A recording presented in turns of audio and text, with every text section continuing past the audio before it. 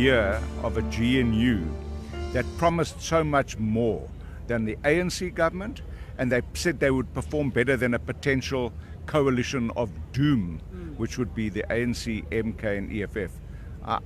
My take is that we've got a coalition of gloom. Unemployment is still our biggest challenge in this country, followed by corruption. We've got Madlanga Commission ad hoc going out in Parliament. If he hasn't fired Senzo Mcumru by now, he's never going to fire. So we've got a president who's impervious to pressure. He doesn't hold any of his ministers to account. Look at Angie Motshekga. She had a board of inquiry why soldiers died unnecessarily in the eastern DRC. Nothing. The president himself instructed her no Iran to take part in exercises in Simonstown. They took part in exercise another board of inquiry. We have a government that does nothing. The only person who's been fired in Cyril Ramaphosa's cabinet is a Deputy Minister, Andrew Whitfield, who was the only one worth his salt. All the others are redundant. We've been calling for removal of deputy ministers, but we now have the biggest cabinet in the world that loves flying all over the place, so he's got no good stories to tell.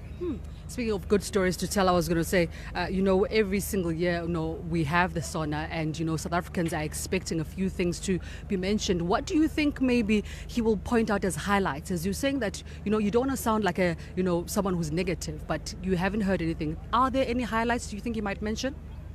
Look, I'm not here to identify highlights for Cyril Ramaphosa. I want him to talk about three things. The National General Council of the ANC identified that local government needs to be fixed and unemployment needs to be addressed. And I find that so ironic because those are the two areas where the ANC has failed systematically over 30 years. I represent ActionSA in Parliament in the agriculture portfolio.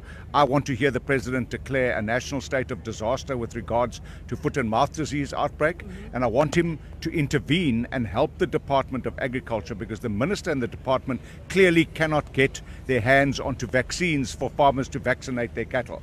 If you vaccinate your cattle before they get sick, they are hardly affected by foot and mouth disease. If they get sick before you vaccinate them, their production is destroyed and you lose animals and people lose livelihoods. And that's what's happening every single day that we don't have vaccines. More and more people and their enterprises are being destroyed by foot and mouth disease. So no highlights for you to mention for President Cyril Ramaphosa, and I'm not here to applaud a fish for swimming. Government must govern. And I don't believe that there's anything that they can beat their breast about in South Africa. And now we're moving into the local government elections this year. What are your thoughts on that? What is ActionSA saying that will bring or some change compared to the governments that are running the local governments now? Well, first of all, I think this is going to be the defining election for the ANC, where people are finally going to turn their backs on the ANC. People are living in towns and cities without water. You can't live without water. Just today or yesterday, Premier Panyaza Lesufi said it affects him too, so he had to go and shower at a hotel. Huh? Do you get that? Do you remember Marie Antoinette said, if the people are hungry, give them cake? Let them eat cake. Nobody can go and shower in a hotel, but Panyaza Lesufi can. That's how out of touch they are in government. So I believe voters are going to remove the ANC from government. We are very proud in ActionSA that we have a mayor in the capital city of South Africa, Dr. Nasipi Moya. She's put up a green flag on top of the union buildings. We're going to contest in identified municipalities where we will be part of government in a coalition post 2026. We're going to work hard to be in those positions. We're not going to contest every single municipality because some of them, we are just too broken to even fix. So we've identified where we will contest, and then we'll bring the brand of governance that Herman Mashaba showed in government, that I showed in Nelson Mandela Bay, and Dr. Nasipi Moya is doing so inimitably in South Africa. And if it so happens that you might be forced as ActionSA, where you're challenging the municipalities and local governance, you are forced to go into coalitions, have you thought of who you might be looking into sharing that power? Yeah, we've learned some lessons in that regard. We went into the multi-party charter and the DA were double dating us with the ANC. We learned from our mistakes where our president said he'd never go into coalition with the ANC, not in 300 years. We're in government with them in Tshwane, with the ANC and the EFF. So we have learned to be much more pragmatic, and we will take every decision about going into a government, whether we can fix that city or not, and who we'll work with and what are the non-negotiable conditions. And we will have coalition agreements written in blood so that if a party breaks a coalition agreement, that will be the end of the coalition, or that party must exit the coalition. Mr. Trollip, quickly, let's just touch on something that's quite sensitive for the ActionSA, I believe.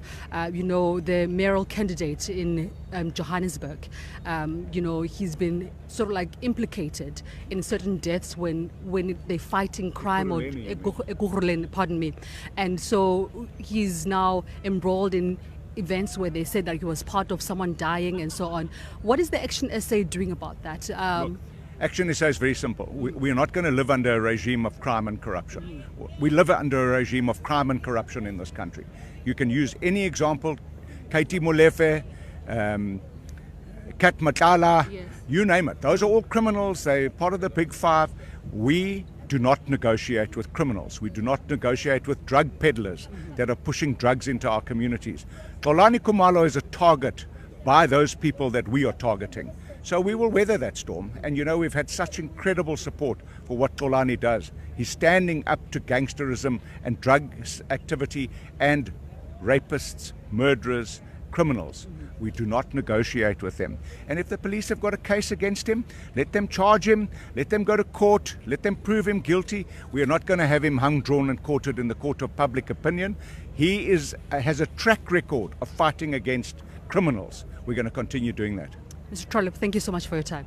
Thank you for your time. Thank you. All right, we're speaking to the ActionSA Parliamentary Leader, Mr. Athol Trollip, just talking to us about what the ActionSA party is expecting from the leader of the country, President Cyril Ramaphosa, and he says that he's not looking forward to the State of the Nation address, as he believes that it will be the same repetition of things and promises that have not come to fruition. Stay tuned as we stream live from www.thevoicelounge.co.za, coming to you live for the State of the Nation address in Cape Town. Voice Lounge, where voices come to life.